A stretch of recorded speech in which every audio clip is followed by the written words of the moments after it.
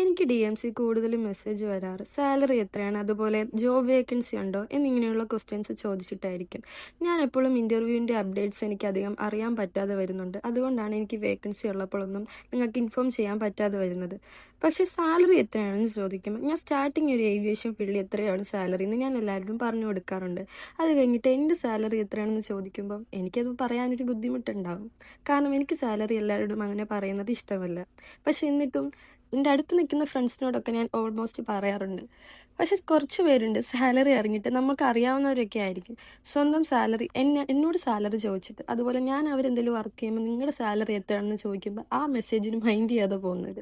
അപ്പം നമ്മൾ ആലോചിക്കും, നമ്മൾ അവർക്ക് റിപ്ലൈ കൊടുത്തല്ലോ സാലറി എത്രയാണ്, പക്ഷെ അവരവരുടെ സാലറി ഒന്നും നമ്മളോട് പറയാറില്ല.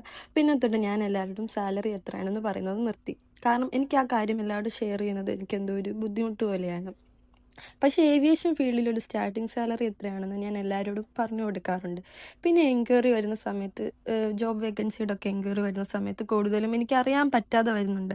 അതുകൊണ്ടാണ് ഞാൻ വേക്കൻസി ഉണ്ടെന്ന് ചോദിക്കുമ്പോൾ എനിക്കൊന്നും നിങ്ങളോട് റിപ്ലൈ തരാൻ പറ്റാതെ വരുന്നത്. കൂടുതലും ഞാൻ ഡ്യൂട്ടിക്ക് കയറുന്നത് കൊണ്ട് തന്നെ എനിക്ക് മെസ്സേജ് നോക്കാൻ ടൈം കിട്ടാറില്ല. അതുകൊണ്ടാണ് എനിക്ക് നിങ്ങൾക്ക് അപ്ഡേറ്റ് ഒന്നും തരാൻ പറ്റാതെ വരുന്നത്. കാരണം ഞാൻ അധികം ഇതുപോലെ വീഡിയോസ് അധികം ആക്റ്റീവ് അല്ല. എനിക്ക് വല്ലപ്പോഴുമാണ് വീഡിയോ ചെയ്യാൻ ടൈം കിട്ടാറുള്ളത്. അതും ഞാൻ ഒരുപാട് കഷ്ടപ്പെട്ടിട്ടായിരിക്കും ഇങ്ങനെ വീഡിയോസൊക്കെ ചെയ്യുന്നത്. കാരണം എൻ്റെ റൂമിൽ തന്നെ എനിക്ക് വീഡിയോ ചെയ്യാൻ ഇങ്ങനെ വെട്ടം കിട്ടാറില്ല.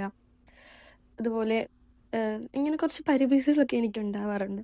അതുകൊണ്ട് എനിക്ക് നിങ്ങളോട് കൂടുതൽ അപ്ഡേറ്റ്സ് പറയാൻ പറ്റാതെ വരുന്നത് എനിക്കും വിഷമമുണ്ട്. ഇനി ഞാൻ നിങ്ങളോട് എന്തെങ്കിലും വേക്കൻസി ഉണ്ടെങ്കിൽ എൻ്റെ കഴിവതും എനിക്കറിയാമെങ്കിൽ ഞാൻ നിങ്ങളോട് ഷെയർ ചെയ്യുന്നതാണ്.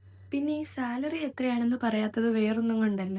എനിക്കങ്ങനെ പറയത്തക്ക വിധം ഒരുപാട് സാലറി ഒന്നുമില്ല. പക്ഷേ നമ്മളൊരു ഏവിയേഷൻ ഫീൽഡിൽ കയറുമ്പം നമ്മളൊരു ഗ്രൗണ്ട് ഹാൻഡ്ലിംഗ് കമ്പനിയുടെ കീഴിലാണെങ്കിൽ നമുക്ക് ഏകദേശം ട്രെയിനിങ് ആകുന്ന സമയത്ത് 10,000 രൂപ സാലറിയും, നമ്മളതുപോലെ അവരുടെ സ്റ്റാഫ് ആയിക്കഴിഞ്ഞാൽ നമുക്ക് 15K മേളിലായിരിക്കും സാലറി.